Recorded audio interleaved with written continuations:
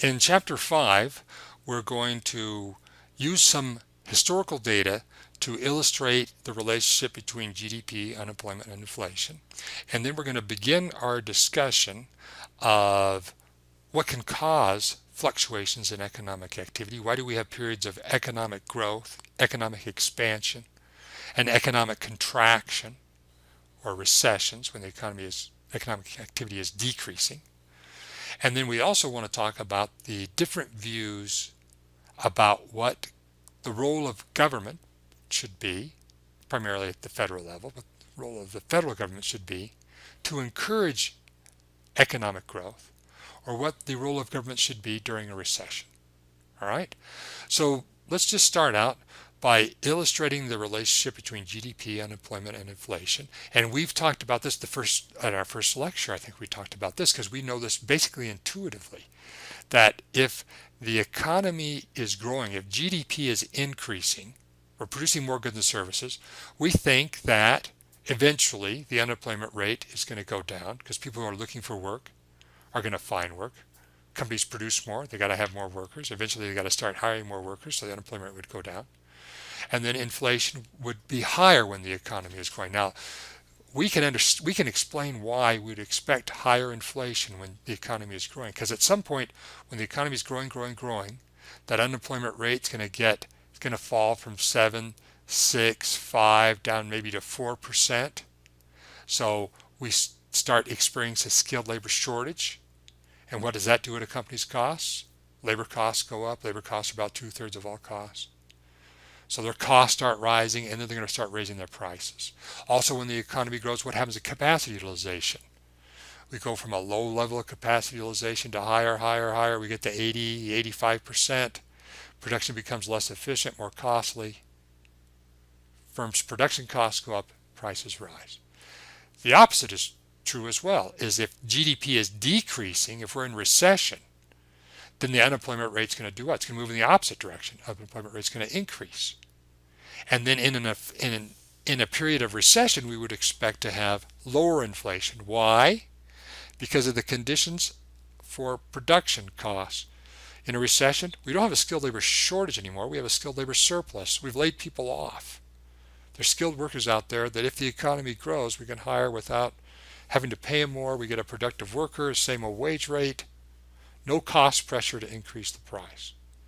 Also, capacity utilization is low. So if in a recession we got plenty of capacity utilization, and we're not going to have cost pressure that's going to force us to raise prices. Okay, so that first line here basically describes when an economic expansion. GDP is rising, unemployment rate goes down, we have higher inflation.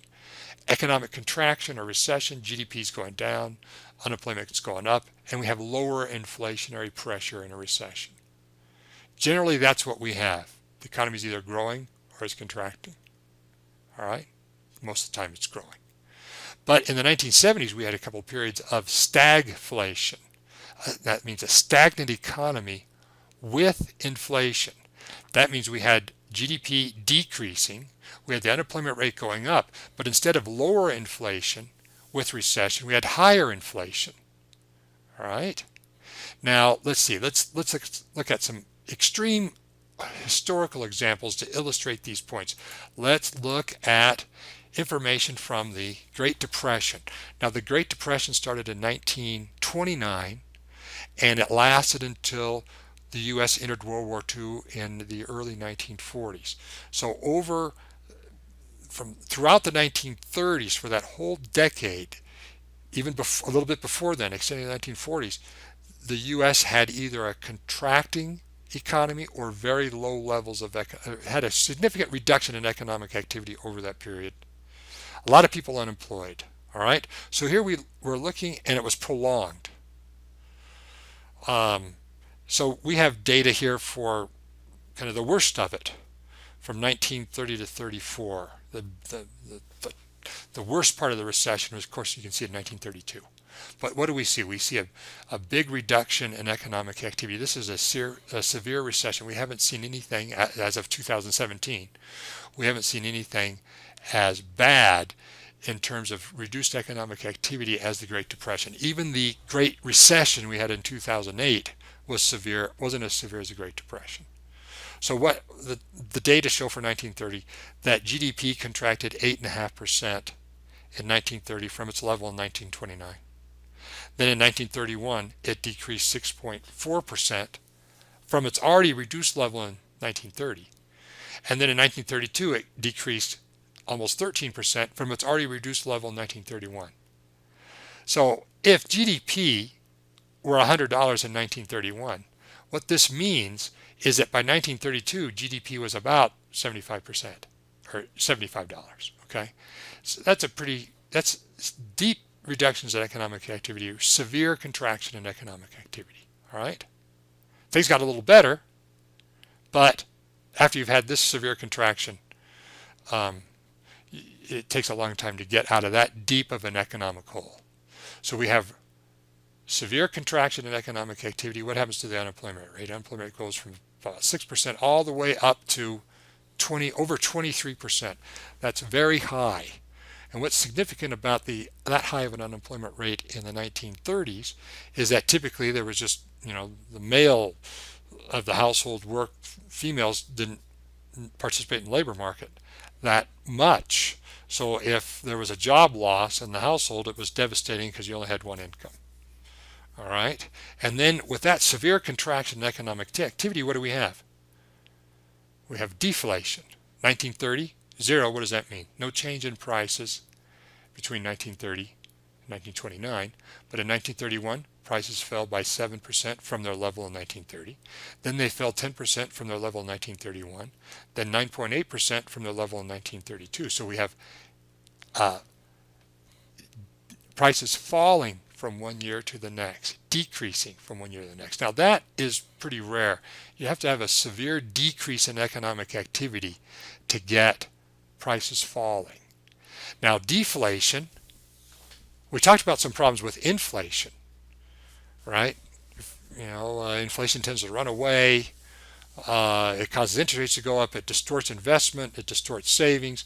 But deflation has a problem because if consumers see that prices are going down, gosh, prices fell. Things are cheaper this year than they were last year. And gosh, in 1932, yeah, things are cheaper now than they were then. If I think as a consumer that prices are going to be going down, when do I want to buy a product? Right now or in the future? If I think prices are going to fall in the future, I'm going to hold off. I'll buy that new car next year. I'm not going to buy it this year because I think the price is going to go down. Well, what deflation does is it distorts spending. People tend to postpone it. And if you reduce spending, consumer spending, it's a big part of GDP, that can aggravate your recession. All right? So here's an extreme situation. Big contraction in GDP. GDP goes down. Unemployment rate goes up, and we have a severe case where we actually have deflation. All right, so that's the trend that we would expect between GDP, unemployment, and inflation. Then, when the U.S. entered World War II, the economy started to grow, and it grew at high levels. All right, so in 1940, we got 41 all through World War II, and we see very high levels of economic growth. We've looked at GDP growth recently, and it's nowhere near double digits, close to 20% levels here. Okay, so we have big increase in economic activity. Why do we have that? Well, how did the U.S. fund its war effort in World War II? A large increase in government spending. All right, government spent a lot. That stimulated the economy. Spent a lot of money on war materials. People who previously weren't working went to work. Their incomes went up. They spent. Defense-related industries, they had plenty of business to do. Their incomes went up. They spent money. Stimulated the economy. The other reason is once you have a very sharp contraction in economic activity, your economy was able to produce so much, $100 worth of GDP in 1930, but it had contracted by 1932 to only producing about $75 worth of economic activity. So when you have a severe contraction, you have a lot of unused capacity. When the economy grows, when it recovers from recession, what it's doing is just utilizing pre-existing unused capacity. So when you have when you're recovering from an economy, you can grow relatively quickly from it. And in the case of World War II, it grew because we had plenty of slack. We had a lot of people unemployed. You could put them to work. It's not the unemployment rate's not going to restrict economic activity. Not going to have a skilled labor shortage. You got an abundant skilled labor surplus, or at least a labor surplus. Okay, and then the other reason is you have a big increase in GDP, government spending. So a big increase in economic activity. What happens to the unemployment rate? Falls down to as low as 1.2%. Very, very low unemployment. All right. You got a lot of people, a lot of males, and some females in the armed forces, and then you have a lot of people working in the domestic economy. Okay, so there's a severe labor shortage here, is what that would suggest. And then we have some double-digit inflation in this period, even though there were some wage and price controls in this period that limited wages from rising and prices from rising. We still have high inflation. All right, so here's an extreme case: high level of economic activity, relatively low in unemployment rates, and then some high inflation rates. All right, so those are the Great Depression, World War expansion are extreme examples. We've had recessions since then where the economy has decreased, but not as severely. It's grown, but not as much as in this period. Then in the 1970s, we have a period of stagflation. Stagflation is the name for recession with inflation. A stagnant economy with inflation. So in 1974, what did we have? A recession. Is it as severe as the Great Recession or Great Depression? No. GDP only decreased 0.5% from its level in 1973. In 1974, it only decreased 0.2% from its depressed level from 1974. So not a protracted recession, but not a very deep one either. But nevertheless, a contraction in economic activity. Companies aren't producing as much. What are they going to do? Lay off workers. Unemployment rate goes up. But instead of this being low, what do we have? In 1975, we got double-digit inflation. So typically in recessions, when you have contracting economy and rising unemployment, we think there's lots of slack in the economy. The inflation rate should be relatively low, but it was double-digit. Okay. In fact, in the 1970s, it wasn't so much economists, but the media came up with what was called a misery index, which was an indication of how miserable economic conditions were by summing up the unemployment rate and the inflation rate. So you sum up these two, it's going to be 8.5 plus 11.8. It's going to be over 20%. So the higher that sum or that misery index was, the worst economic conditions were, because gosh, you have people out of work. Usually in a recession, one benefit of a recession is that prices are relatively low, but you got people out of work and prices going up. The worst situation you can have economically in terms of a recession and inflation, both at the same time. All right. Now, let's see. In the 1970s, what did we have in this period? We had oil shocks where the OPEC, countries that produce and export petroleum products, reduced the amount that they would sell to the United States. So there was an oil shock, a decrease in supply of oil. And in this period, the 1970s, the U.S. economy was far more dependent and sensitive to petroleum prices than it is today. Even though the economy is bigger, the energy, particularly fossil fuel, petroleum-based energy, was far more important in the 1970s than it is now. So what happened when oil prices increased is that oil was widely used in production. You think if you're producing something, what do you got to do? You rely on trucks to transport stuff. Trucks use diesel fuel. That cost is going to go up. The transportation cost is going to go up. You might use petroleum products when you're producing your good, at least lubricating your machines, powering your equipment. Use petroleum a lot in production. That's a major input, and the price of the input goes up, or part of your costs go up because of your material costs, your fuel costs going up, then that means you're going to have to pressure to increase prices because your cost of production go up because the price of oil went up. All right, and oil is one of the inputs you use to produce whatever output you're producing. So now we can think about, well, what can cause fluctuations in economic activity? We can use supply and demand analysis to illustrate this. If you've had principles of microeconomics, Econ 202, you probably will remember supply and demand analysis, but it's a relatively simple tool, and we can see what insight it can provide. If you look at your PDF slides, you've got slide number 1, and this is a supply and demand graph. Okay, and what supply and demand does, this illustrates a market, right? What happens in a market? Something's exchanged, something's bought and sold. So in a market, there are two sides of the market. There's the buying side of the market, there's the selling side of the market, right? Okay, we know from our discussion way at the beginning of class that the selling side of the market is motivated by high prices. If you want to sell something, you're willing to offer more if the price is higher, and that's what we show by this positive slope supply curve. Because what's on this p-axis is price, this q-axis over here is quantity supplied, quantity demanded. So if the price is low, suppliers aren't going to offer very much of the good. If you want a supplier to offer more of the good, you got to offer a higher price and they'll offer more of the good. So that this positive slope curve suggests that suppliers, the supply side, the selling side of the market is motivated by high prices. No surprise there. Okay? The buying side of the market, on the other hand, is motivated by low prices. When we buy something, we will buy more of it if the price goes down. So the demand curve is going to be negative slope. If the price is high, we're not going to demand that much. If the price goes down, we'll buy more.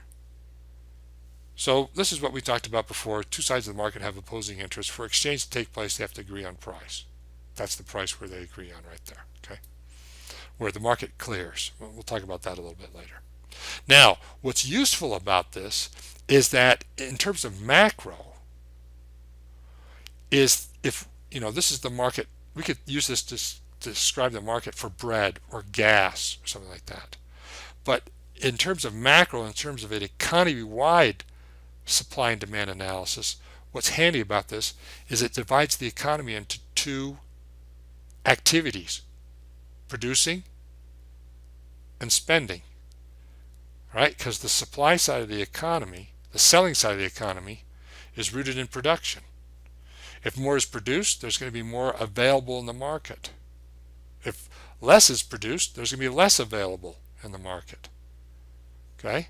So that's the production side of the economy, and then there's the demand side of the economy. What happens in an economy? We produce things and we buy them. Right? That's what we said economic activity was. Buying and spending. Economic activity. Producing things and buying them. All right? So that's what's kind of handy about this for our use in macroeconomics. Now let's see, slide number 1. Oh, okay. So now let's that's just what we talked about before, is just supply and demand for a market for gas or bread or whatever. Now what we want to do is we want to tweak this a little bit so we can use supply and demand curves for the whole economy, for macroeconomics. All right. So when we do that, let's go. Oh, let's back up a little bit here. I'm sorry, I jumped ahead of myself. I got a little too excited. So let's just stick. We'll talk about these in a moment. Slide 2 in a minute. This is demand curve for the whole economy, but let's just back up here. All right. So this is just supply and demand. So what we can do, we can use this simple tool by you can use it to explain what causes something like a Great Depression.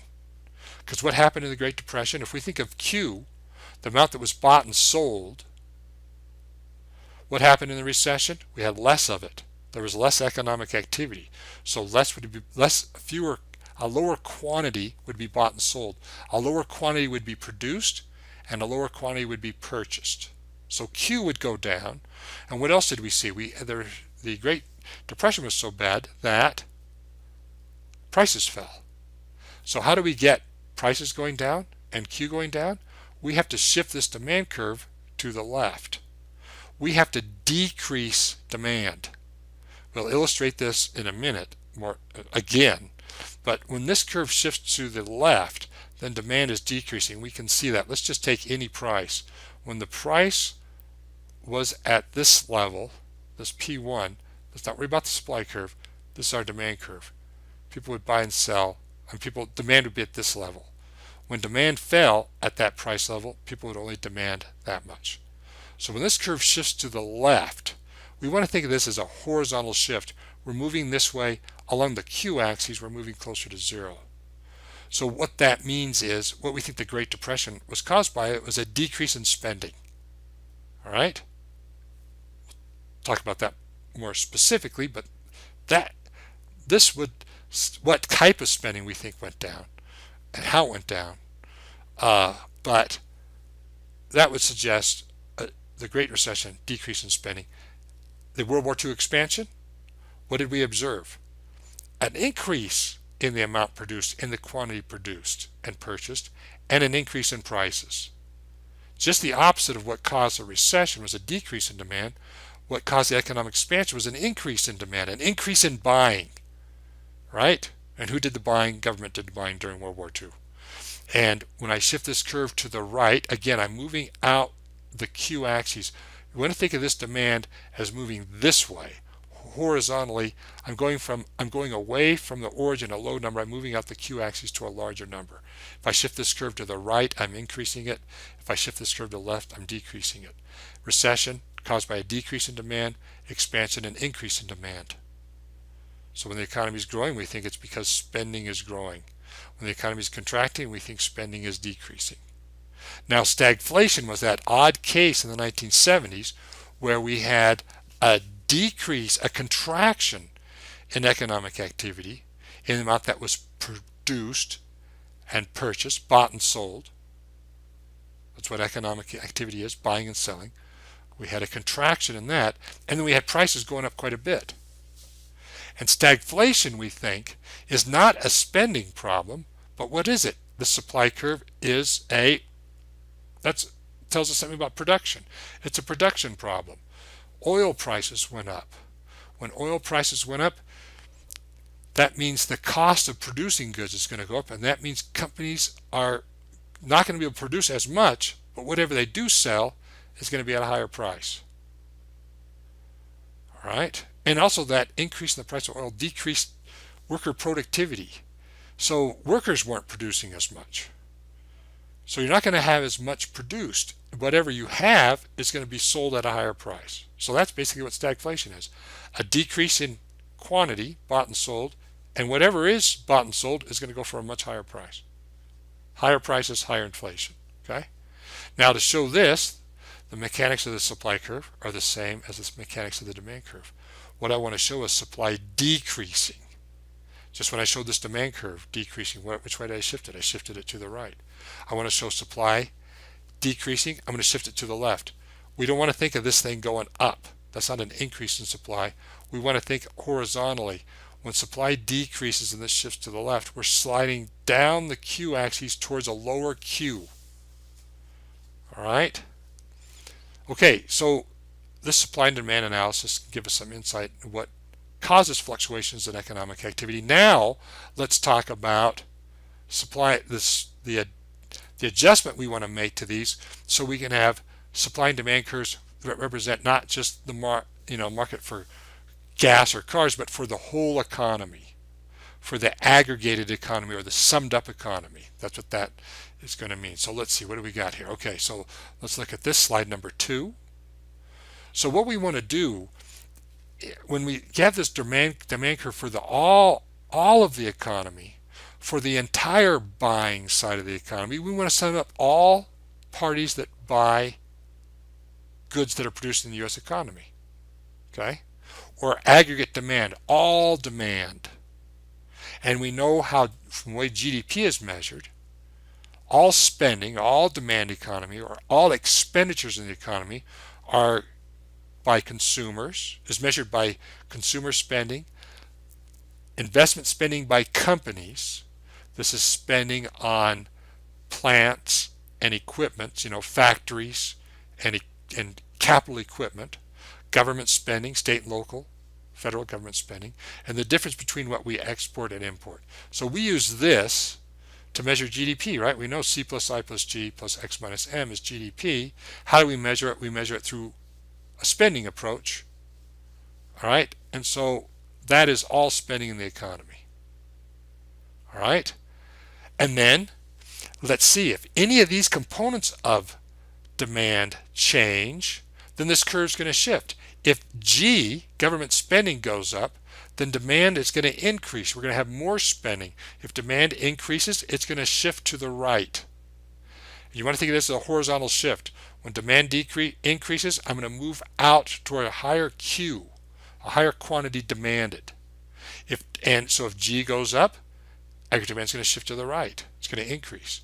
Suppose one of these components, I, investment spending, decreases. That means aggregate demand is going to decrease. The level of spending is going to decrease, and that means this demand curve is going to shift to the left. It's a horizontal shift. We move from a high Q to a lower Q. Okay? Now, what's the other side of the economy? We got to think, that's pretty straightforward. In a sense, the other side of the economy, the production side of the economy, the supply side of the economy, is even more simple. We're making a very simple statement when we sum up all supply, when we aggregate or sum up all supply, all producers in the economy. We're basically saying that this supply curve represents all production in the economy.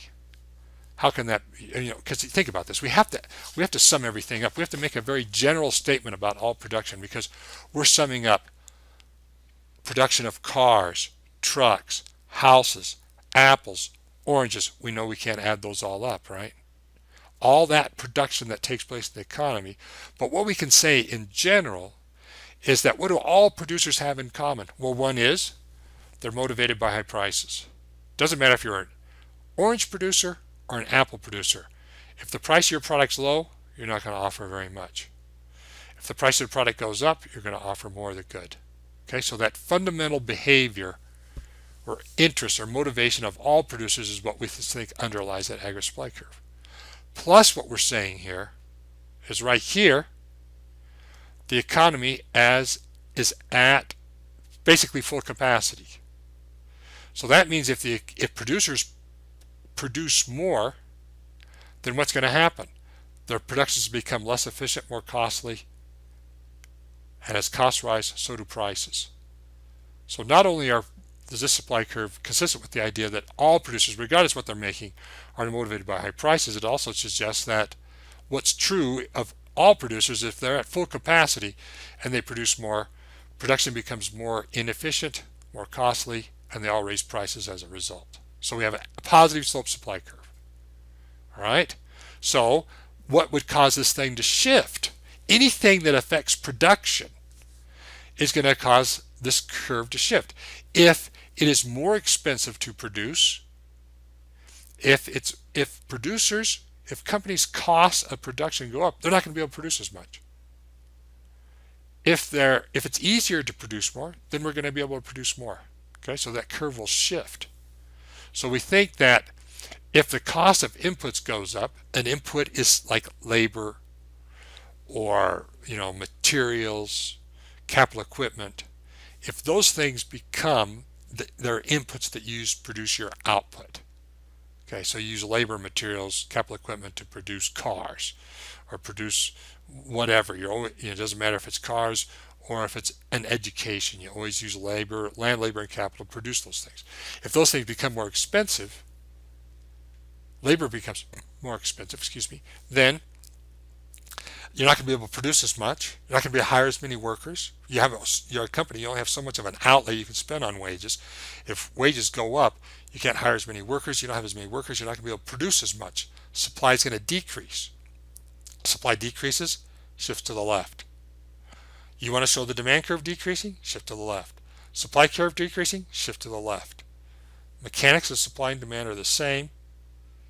Even though what's odd about this one, it looks like we're moving it up. The supply curve moved up. That's not an increase in supply, it's a decrease because I'm moving from this level of Q to that level of Q. Suppose that labor productivity increases. You train your workers are more productive. You're going to have more product at the end of the day. All producers do that in the economy. Or if labor throughout the economy on average increases their productivity, we're going to have more production. That means supply is going to increase, shifts to the right. Again, you want to show a demand curve increasing, shift to the right. Supply curve increasing, shift to the right. Don't be fooled by this optical illusion that looks like supply is decreasing. Think horizontally. I'm moving, we have more production, I'm moving out the Q axis. All right? So, those are the basics of supply and demand for the macroeconomy. We want to know what will cause a demand curve to shift, and that's simple. If any of these things change, demand's going to shift. And then supply will shift if input costs go up, if oil gets more expensive, or if labor gets more expensive, or if, say, labor productivity increases, that supply curve is going to shift one way or the other. Or if we have more companies, right? If our economy grows and we have more producers, then that supply curve is going to increase, it shifts to the right. Okay? Then we think that this is what the handy thing about this is that we think that aggregate supply, our ability to produce, and aggregate demand, our level of spending, is going to determine the level of economic activity and what prices are going to be, high or low. We know all we need is this, C plus I plus G, to get Q over here, the quantity that the economy is producing. So in this, what I would do is, when we talk about aggregate supply and aggregate demand, this Q that we have here is all production. It's basically GDP. And this P is not the price of cars or the price of apples or the price of oranges. It's the average price level for all goods. It's like a price index. Measure the prices of all goods. The price level can be low, the price level can be high. Okay? Now, what's handy about this is we look to see how conditions of production affect prices for a given level of economic activity. So we might have a situation where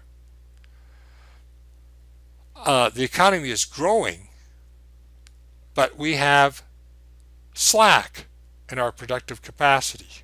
The supply curve doesn't really look like this. It looks different if we have slack.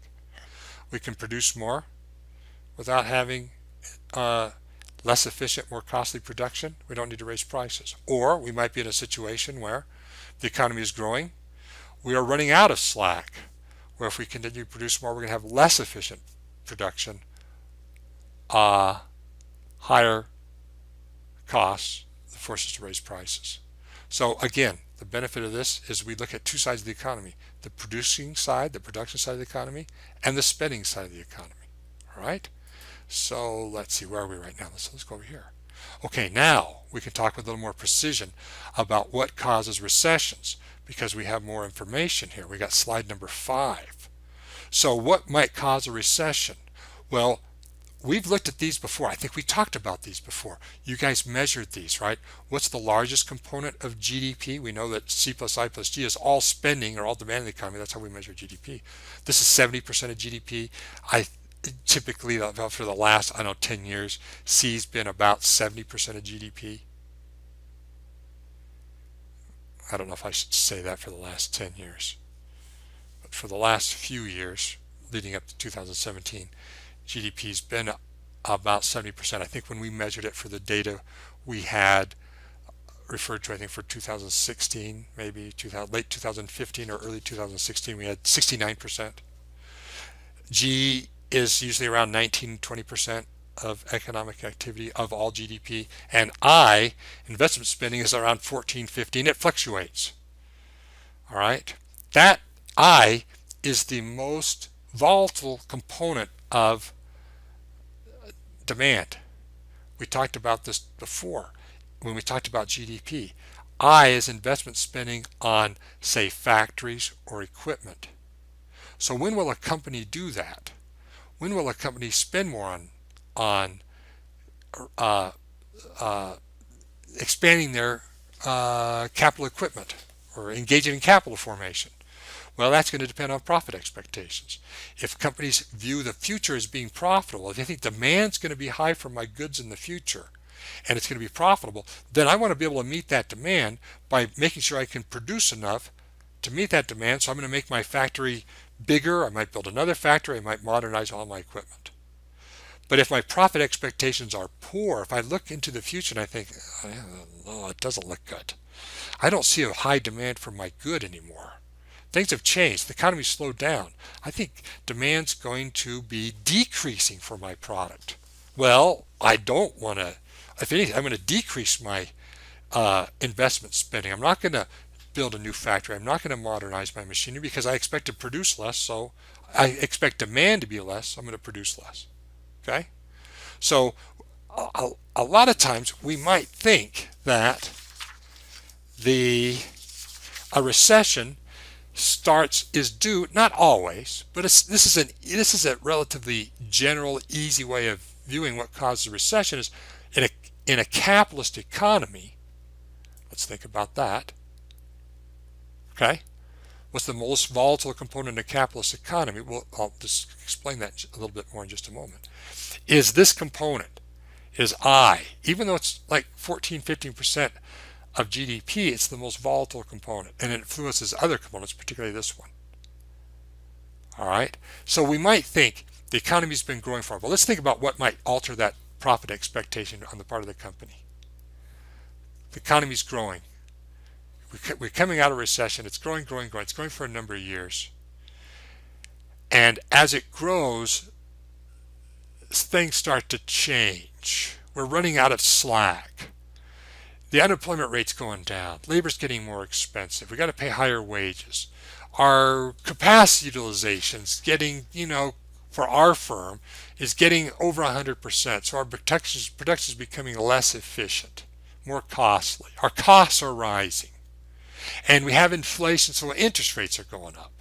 So everywhere you turn for our company, cost of borrowing is going up because interest rates are going up. Our costs of production are going up. So our costs are rising and our revenue, the economy's, maybe slowing down a little bit. So demand's not growing that much, but our costs are rising. So our profits are being squeezed or reduced. Squeezed slowly by rising costs. Well, what is the company going to think? If they see their profits going down, the future doesn't look too good as far as profitability because we have an inflationary economy. Interest rates are going up. Our capacity utilization is high. So even if we wanted to expand our factory, if interest rates are high, we don't necessarily want to borrow money right now. So our profits are being squeezed. We might think, hey, it's not profitable to produce anymore. The future doesn't look good. The future looks like my profits are going to be lower. If that's the case, it's not a good time for me to invest more. I'm going to cut back. All right. So when I cut back, I reduce my investment spending, and that we might think triggers a recession. Now, investment spending is influential because when a company decides to cut back on investment spending, they're not going to expand their factory. They're not going to buy new machinery. They're going to plan on producing less. When they plan on producing less, what else do they cut that's not included in I? They can reduce employment. When employment goes down, what happens to C? It's going to go down. Okay, so that's the thing, is that there's a relationship between I and C. If this goes down, we think companies spend less on capital formation. They're also going to lay people off. More people laid off. Consumption spending goes down. That's what we think is going to kind of push the economy into recession. That's not the cause of all recessions, but that's what gives a capitalist economy its inherent instability. What's a capitalist economy? Capitalist economy is when factories, businesses are owned. Capital equipment is individually owned, privately owned. Okay? You own a company, you're the capitalist. Corporation, stockholders own stock in the company. All right? They are the owners. They own the capital equipment. We have largely a capitalist economy. All right, in the U.S. Not all capital equipment is owned by private individuals. I mean, we have some public lands. You could say that in some way diminishes the ability of the economy to be a pure capitalist economy, but we're largely a capitalist economy. Now, what a capitalist economy means is that this investment decision in our macroeconomic concern is that investment decision is based on by the decisions of private companies based on their profit expectations. All right, so that's what gives a capitalist economy its inherent instability, is their decision to invest. The capitalist company's decision to invest depends on profit expectation that can fluctuate. Now let's contrast that with the old Soviet Union. We have Russia today. Soviet Union was Russia and other republics. Okay, the Soviet Union existed from about 100 years ago all the way to the early 1990s. All right, and the Soviet economy was a communist economy. In an economist economy in the Soviet Union, they didn't have companies deciding how much investment was going to be, how much to expand companies, how many factories to build, new factories to build. All right, that decision wasn't made by private companies, it was made by the government. The Soviet Union had a 5-year economic plan, a GOS plan is what it was called, where macroeconomic activity was coordinated. The people on the individuals who decided that economic plan had to coordinate all production. Okay, we want to produce 5 million cars, and we want to produce X amount of houses, and we want to produce this much grain. So that we want to produce all that stuff to meet the needs of our population. To do that, we have to have so many more factories, and so much more capital equipment. So they consciously made a decision about what their level of investment was going to be in terms of capital formation. All right, it wasn't based on profit expectation, it was based on a plan. So the Soviet economy had problems primarily of coordinating all the economic activity, because if you want to produce 5 million more cars, that means you have to go through the supply chain to make sure you have all the supplies in place to be able to produce that amount. So that economy had problems with coordinating production, but they didn't have recessions in the sense that capitalist economies have, where you have a recession because of fluctuation in I. Okay, so that just kind of gives you that. The purpose of this thing is to illustrate that the inherent instability in a capitalist economy is that investment spending is based on profit expectations. Okay, all right, so we think that might cause, in general, we think that's what lends capitalism to this problem of having recessions. Now let's see, stagflation. What causes stagflation? That means stagflation is a production problem. We have stagflation, we said, was a decrease in supply, right? A decrease in production. Supply has to do with production, right? Oil prices went up. Oil prices were an input used by many producers in the economy. The cost of production goes up. Companies can't produce as much. Supply is going to be reduced. It's going to shift to the left. And what happens is we have a contracting economy with rising prices. Okay, so what causes stagflation is a production problem. What causes recession is a spending problem. Okay. Oh, then slide number 6. Look, there's opportunities to practice here. Okay, so here we go. You got some practice, some supply and demand, aggregate supply and demand. You want to practice these things because I love to put these problems on a test. All right, so these problems are exactly the opposite of the ones we illustrated in the lecture. Remember, up above, input costs went up. Well, what's going to happen? Which curve is going to shift? You want to shift and show. What's going to happen to P and Q? You want to put P2 and Q2 up here. See, just like I did up here, right? Here's P1, Q1. Supply decreases. This is where we started out P1 and Q1. After supply decrease, we end up at P2, Q2. Those are the new P's and Q's. Okay. So here we are at P1 and Q1. If input costs go down, which curve are you going to shift and which way you're going to shift it? This has to do with production. It's going to be this curve. All right. It's going to be the opposite of the way that we shifted it when production costs went up. And then when you shift this thing, I'll give you a hint. It's going to go to the right. And then what's the new P and Q going to be? Then do this one. We had labor productivity above. You look at your notes.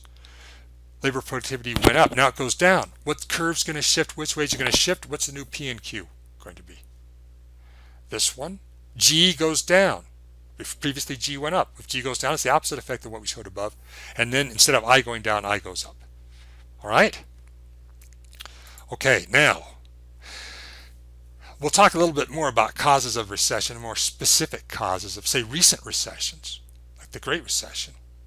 But we have a basic understanding of what can cause it. We think a recession caused by a decrease in demand. We think an expansion, an increase in demand or increase in spending. We think stagflation is going to be a problem rooted in production. All right, now what we want to turn to is how the economy is going to respond to recessions. That's our main economic problem, right? Expansions aren't so much of it. That's the good times. And most of the time our economy is expanding. It may not be growing fast enough for our desire, but most of the time it's growing low to high. Lately it's been kind of low to medium. And then what we're really concerned about is when the economy is not growing, because when it's not growing, that's not good for anybody, because it's not good for businesses because their production's going down, their demand's going down, they're not selling as much, they're earning as much profit, and it's not good for employees because they're losing their jobs. And if you do keep your job, probably your wages aren't going to be going up. Okay, so that's the thing we want to understand, is how the economy, the workings of the economy responds to recession. Does the economy, which is basically a system of markets, respond in a recession to make things better and make things worse? Okay, because that's what we think. We're in a recession. The economy is either going to respond in a way that we're going to get out of the recession, or the recession is going to get worse. That's a very important question, because it has to do with, well, if we're in recession, what kind of things should principally the federal government do to make things better? Should it do nothing, or should it do something?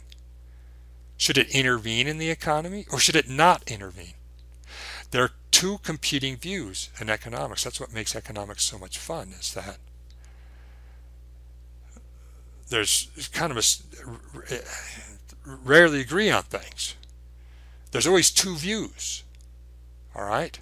Now, in macroeconomics, the two views that we have, kind of demand side economics and supply side economics. You may have heard supply side economics. You've heard Republicans typically embrace supply side economics. Well, the Democrats typically promote what we'd call in economics demand side economics. Okay. Now, those two approaches to economics, the economics that Democrats follow, the economics that Republican policies are based on, those theories of the economy are rooted in particular economic situations. Those views of the economy developed in certain historic times. Okay, so let's think about this. The Great Depression is really the beginning of modern macroeconomics. British economist by the name of John Maynard Keynes. You know how the British like to spell things. They don't like to make it easy. But when you see this, you want to think K-A-I-N-S. Don't say Keynes. You'll distract people when you say Keynes. Say Keynes, and they'll say, oh, you must know something about economics. Okay? Basically the founder of modern macroeconomics, of demand side macroeconomics. All right, so what Keynes observed, Keynes lived through the Great Depression. All right, and he observed this Great Depression. It affected all industrialized countries throughout the world, and what he observed was a recession that was getting worse and worse and worse. Something had shocked the economy into recession, and it wasn't getting any better on its own. All right? And in this Keynesian view, the basic idea is that the economy can be viewed as a ball on a hill. Let's take a look at this slide right here. If you're at a party sometime or a social event, and someone says, what classes do you take? You say, I'm taking well, what is macroeconomics? You say, well, there's there's this Keynesian idea, or someone asks you, you're talking politics, and someone says, why do those liberal Democrats always talk about spending or something like that? Okay, in this class, what we want to understand is the logic of demand side economics, of economics that Democrats follow, and supply side economics, the economics that Republicans follow. We want to understand the logic of each one of those, so you can understand what a politician is saying. Because a politician, they speak in sound bites, or they don't talk about politicians. They're not economists. They want to talk about economics, but they don't have a real thorough. Rarely do they have a real thorough understanding of macroeconomics. But they'll say things that will indicate, well, is this person a demand side? Is this person promoting demand side policies or supply side policies? Do they adhere to the Keynesian view of how the economy operates, or do they view more to the conservative supply side view? All right. For Keynes, in the Great Depression, he was building his idea of the economy based on what he was observing, which was a recession that was lasting a long time, and it was getting worse. It was not getting better. So the story he came up with to tell that is kind of the idea of viewing the economy as a ball on a hill. As long as there's lots of spending in the economy, that spending is a wedge that keeps that economy balanced on that hill. All right? But if there's a decrease in spending, suppose investment spending decreases, companies, their profits are being squeezed, they cut back on buying new capital equipment or expanding their factory, and they lay off workers. We have a decrease in spending in the economy. Demand decreases. Well, these spending blocks are removed. And what's going to happen to that ball of the economy? It gets disturbed. And if it gets disturbed, it tends to roll down that hill. And instead of getting better, it gets worse. Companies' profit expectations don't look too good. Their profits are being squeezed. Companies, enough of them in our economy, decide to cut back on investment spending because their profit expectations don't look good. They stop buying new capital equipment. They hold off on plans for a new factory, and that disturbs the economy. The economy starts rolling downhill a little bit. But then they also lay people off. People get laid off. What happens to their spending? You lose your job, your spending goes down. That makes the economy, that the economy's moving this way. Then what happens when you don't have your job and you don't have income? You don't buy products that companies are making. So companies, what are companies saying? I thought things were not going to look good in the future. My profit expectations did not look good. And now it's a self-fulfilling prophecy. I cut back on my spending. I fired some of my employees. And lo and behold, my demand is falling. In fact, things are even worse than I expected. If they're worse than I expected, profit expectations are even lower than I expected. Profits are lower than I expected. I'm going to cut back into my spending more. I'm going to cut back. I'm going to lay people off, and the economy gets worse and worse and worse. And that kind of explains that Great Depression, where we had this recession that got worse and worse and worse and worse, and it just didn't get better. All right? So that's basically the idea behind Keynesian economic theory. I don't like to use the term theory, because what theory is just a story. It's a logical story. Okay? So when we talk about supply side economics, completely different from this. It still has logic to it. That's what we understand, the logic of it. All right? So in economics, we tell stories. They're logical. Okay? You want to understand that logic. I don't know why people don't like economics more, because we tell stories, we use pictures. It's like when you were young and your parents told you a story, you went to sleep, just like now. I tell you a story in economics, what do? You want to go to sleep. All right? So that's our story. That's the Keynesian view of the economy.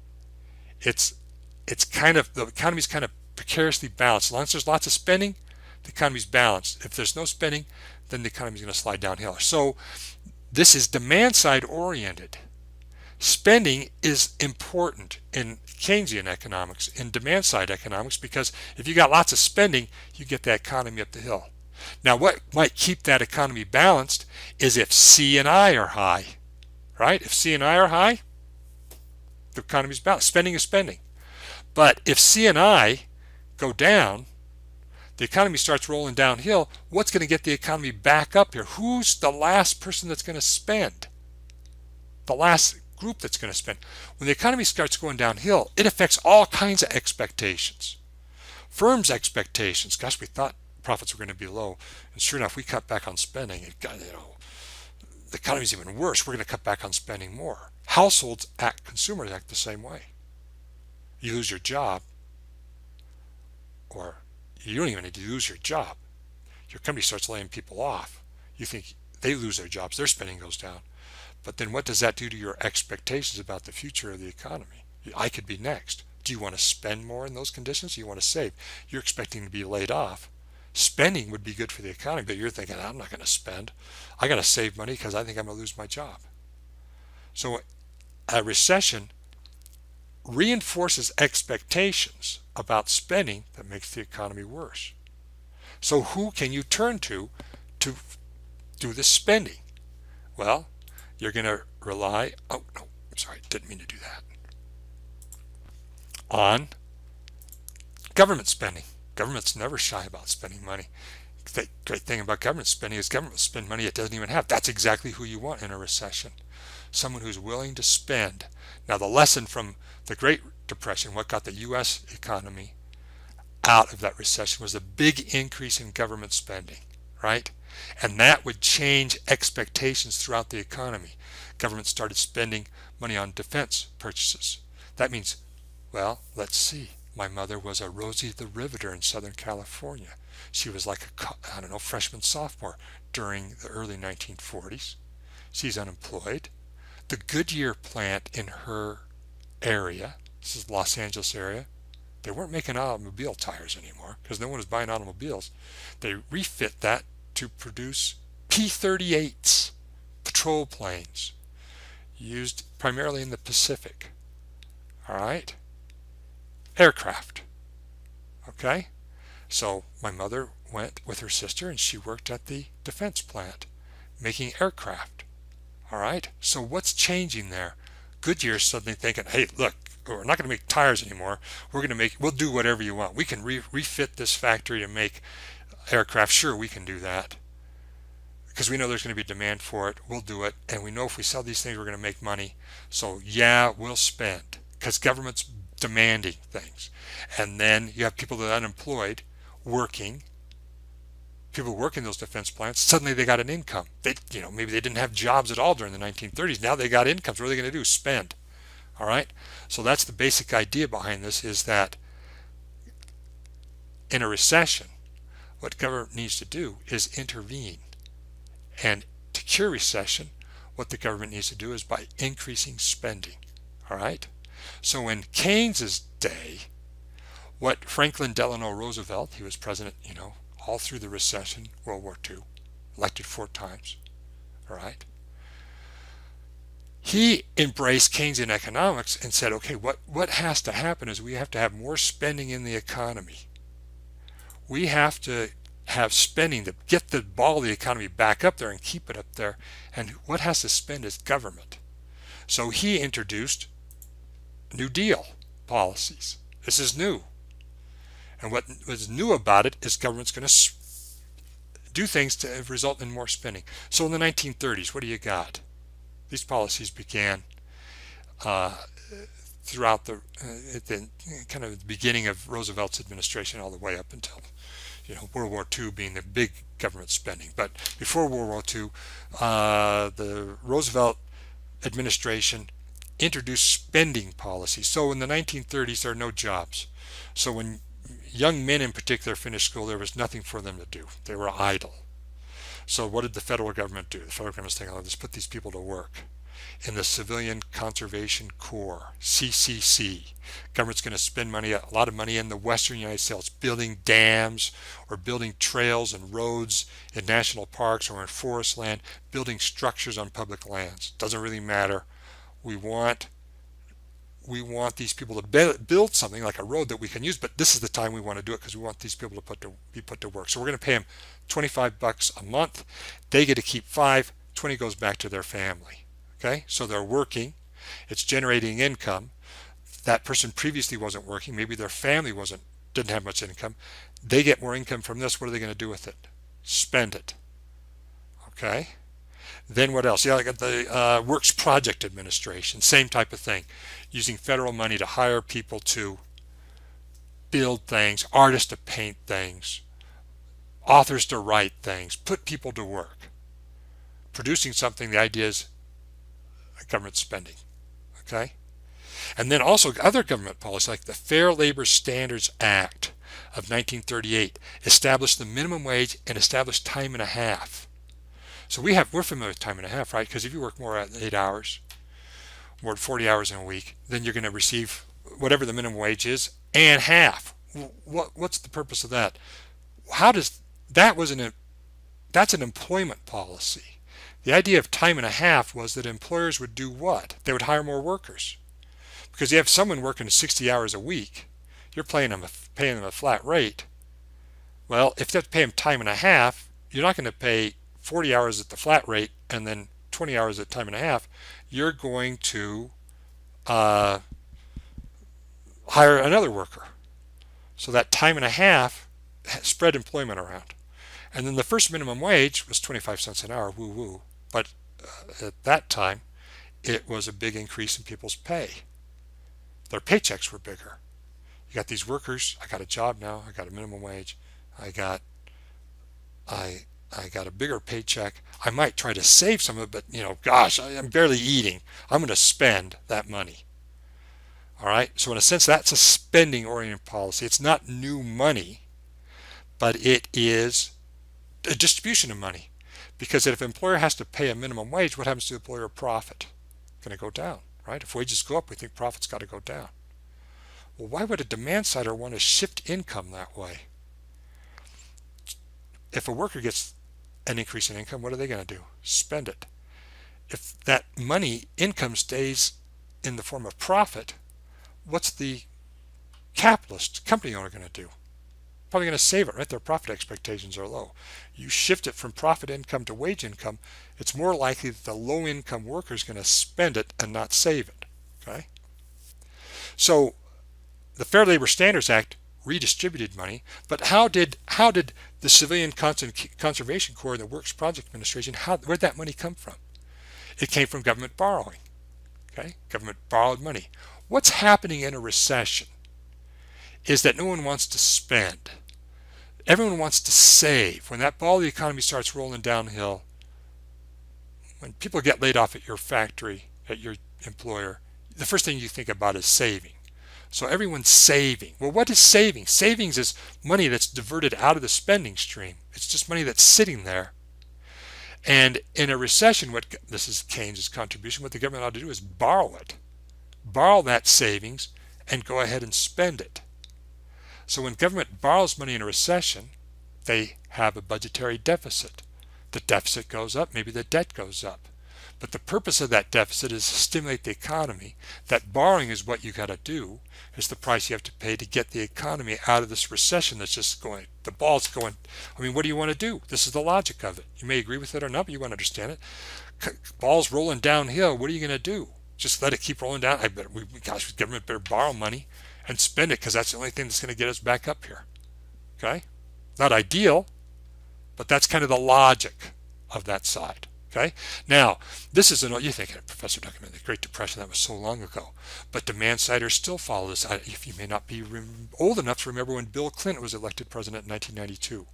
1991, we had a recession. When he was running for president, I can remember what he was arguing for is infrastructure spending. Government was going to spend money on modernizing the highway system because the highway system was getting close to 50 years old. Interstate highway system need to be fixed. That's government spending, right? It's similar to Roosevelt's idea of spending it on the CCC or the Works Project Administration. Clinton's idea was you want to spend it on infrastructure, primarily highways. Why would you want to do that? Why do focus on highways? A couple of reasons. One, in a recession, if you're going to rebuild or expand or repair the highway system, when do you want to do it? When the economy is growing or when it's shrinking?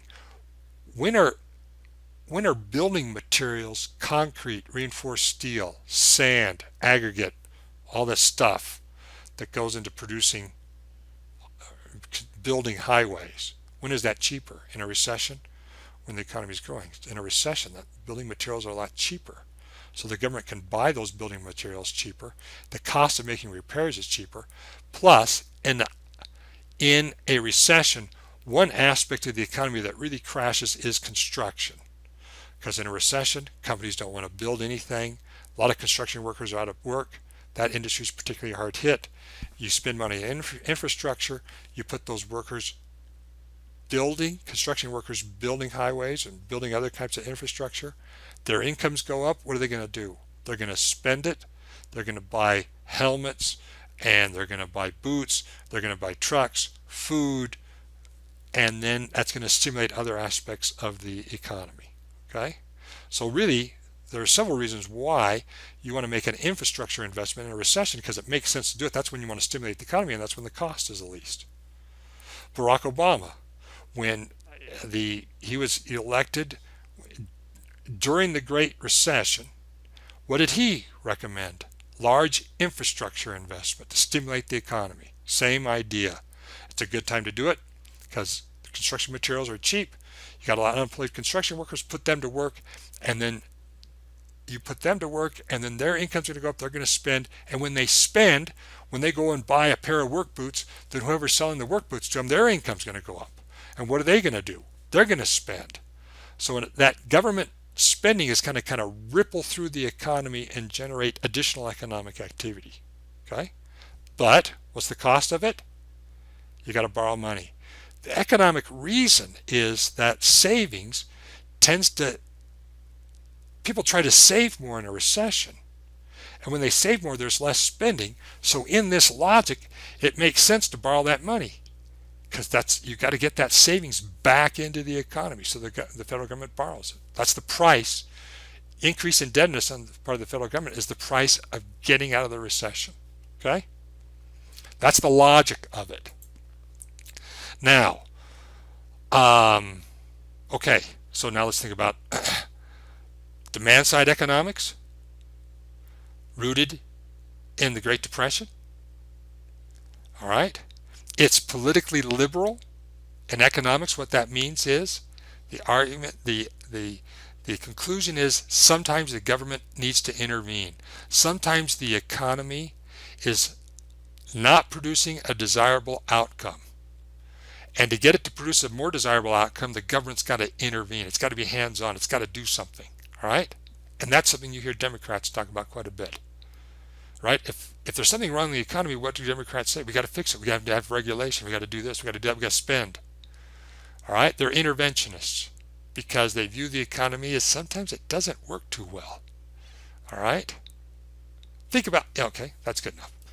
Now on the other side, modern supply side economics, we hear Republican, particularly, going back to President Reagan, just about, every Republican president since, or even candidate for president, has been an advocate of supply side economics. President Trump is a little different. Some of his policies are supply side. His tax cuts he's proposing, what is this, September of 2017? We don't know exactly what they are going to be. Have to be negotiated through Congress. But generally Republicans, when they talk about tax cuts, they tend to be supply side tax cuts. But President Trump, at least now, is talking about spending $100 billion a year for 10 years, $1 trillion on infrastructure. That's kind of a demand side. So Trump has kind of supply and demand side ambitions anyway. But you think of Reagan, you think of both Bushes, you think of Mitt Romney, they all were advocates of supply side economics. Okay? That is a very old idea, going back to really the emergence of, historically, of capitalism.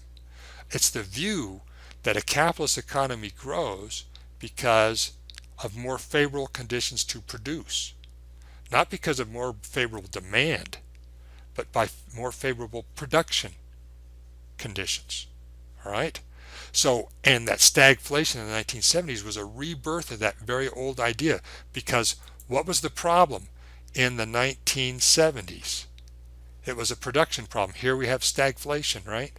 The problem is, if a decrease in production, that gives us reduced economic activity and higher prices.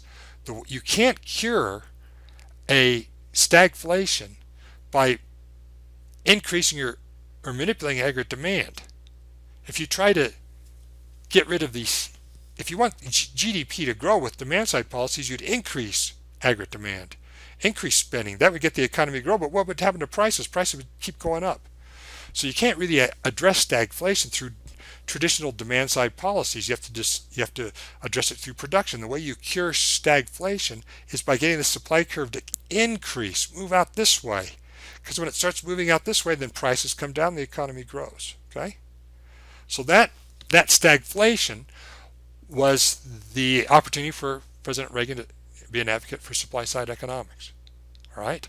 Now we'll talk specifics a little bit about that in a moment. Okay? But according to the supply side view, that the economy, which is a system of markets, just a bunch of markets, pretty much adjusts on its own. Okay? Because markets create incentives. And if people follow those incentives, then whatever problem we're having is going to go away. That's a central economic concept to conservative economics, is that they have a lot of conservatives have a lot of faith. Conservative economists have a lot of faith in markets because they do just that. They create incentives. If people follow those incentives, whatever problem we have goes away. All right. So for supply siders, for conservative economists, a politically conservative economist would not be one that's hands-on like a Democrat interventionist. A conservative economist would be hands-off, laissez-faire, non-interventionist. Markets are just fine. Leave them alone. You don't want to have government in the economy. In fact, if you have government in the economy, it's going to mess things up. Right? That's a common theme when you listen to a Republican politician. Think about, at this period, we still, the Congress and Senate are deciding what to do about health care. We still kind of have the Affordable Care Act under Obama, and how do Republicans feel about that? It was government overreach. It's government in the health care system and in the insurance system. And when the government does that, when the government intervenes like that, it's going to mess things up. It's going to mess up the incentives that are created in the market. The government needs to just be hands off. And we should just let the market function and create incentives, because if people follow those incentives, then the problem will go away. And that's a common theme for Republicans, is less government, not more. Okay? All right? So for supply siders, in this view, the economy works pretty well on its own. Instead of viewing the economy as a ball on a hill, for supply siders, it's a ball in a valley. You can have an occasional recession that nudges that ball around. It's going to roll around. It's going to be disturbed a little bit. But what is it going to do? It's going to come back to the place where it started. So in this view, if the economy is viewed as being inherently stable and stabilizing, do you need to have spending? Do you need to have spending wedges in here? Do we need to jam spending in here to keep it balanced? No, it'll adjust on its own. This view is, once you have a recession in a recession, markets will create incentives, and if people follow those incentives, then the recession will go away. Okay? Because markets will adjust. You don't need to have government intervene. All right? So that's the basis. When you hear a Republican talking about the economy, basically they may not be supply siders, but they're basically taking that politically conservative view that the government does not need to intervene, should be hands off. Demand siders, Democrats tend to be interventionists. Government needs to intervene. You want to have some idea what the rationale for that is, given this logic of the economy. Then you also want to understand why Republicans would argue for less intervention in the economy, according to that conservative view. Okay, and one way to think about it is, ball on a hill, ball in a valley. We'll develop those arguments a little bit more, but that's what you want to be able to understand. You want to be able to understand the logic of this demand side theory. You want to understand that logic of supply side theory, because they're both logical. All right, and you want to understand the logic. They both have weaknesses, but they're both logical. And you want to understand that's the purpose of this class, to educate you on that stuff, right? You understand what a politicians say. All right, so now let's think about a little bit about supply side theory, supply side economics. Basically two prongs, two aspects of conservative macroeconomics. One is you want to make it, the economy's going to grow. You want the economy to grow. You want to make it easier to produce. You want to make it easier for companies to produce. You want to create more incentives. If the government's going to do anything, it should mimic markets. Market creates incentives. Government should rely on incentives. All right? So two prongs of conservative economic and supply side theory. One is deregulation. Government is overreaching. EPA, Environmental Protection Agency, is a job killer because what it does, it puts so many requirements on businesses that it raises their costs. They can't produce as much.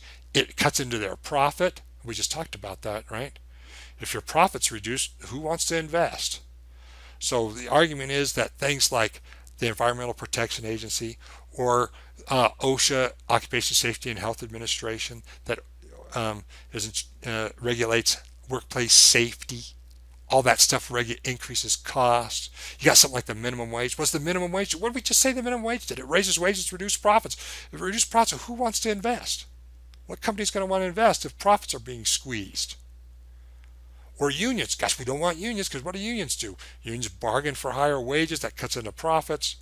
It makes it more difficult to produce. So you want to get rid of all those things because it makes it more costly to produce. You get rid of all those things and it makes it easier to produce. And if we can produce more, the economy is going to grow through the supply side. It's our ability to produce. All right? So that's one aspect of it, deregulation. The other aspect of it, and this is what's unique about President Reagan, both Bushes and Mitt Romney, we ran for president, is supply side taxes. The basic feature of supply side taxes, you want to cut taxes, not so there's more spending in the economy, but more savings. For supply side, savings is good. For demand side, savings is bad. Okay? For supply side, you have more savings. You cut income, you cut taxes primarily for people who are going to save the money, which is higher income people. They save the money. Saving means what? They're going to make a financial investment. You cut a high income person's, a wealthy person's income tax, or their taxes on their investments, financial investments on their savings. What are they going to do? They want to get richer, right? They have an incentive to get richer. And what they're going to do is they're going to buy more stocks and bonds. All right? So we have more savings flowing into financial markets. That sets conditions for favorable financial markets. Stock prices tend to be higher. Bond rates tend to be lower. That's favorable for capital formation. We have more savings going in for companies to borrow. And if companies borrow, they have more capital formation. The economy is able to produce more. Okay? So that's a lot. And we're going to illustrate those ideas in Chapter 6 in more detail. But I think that will do it for now.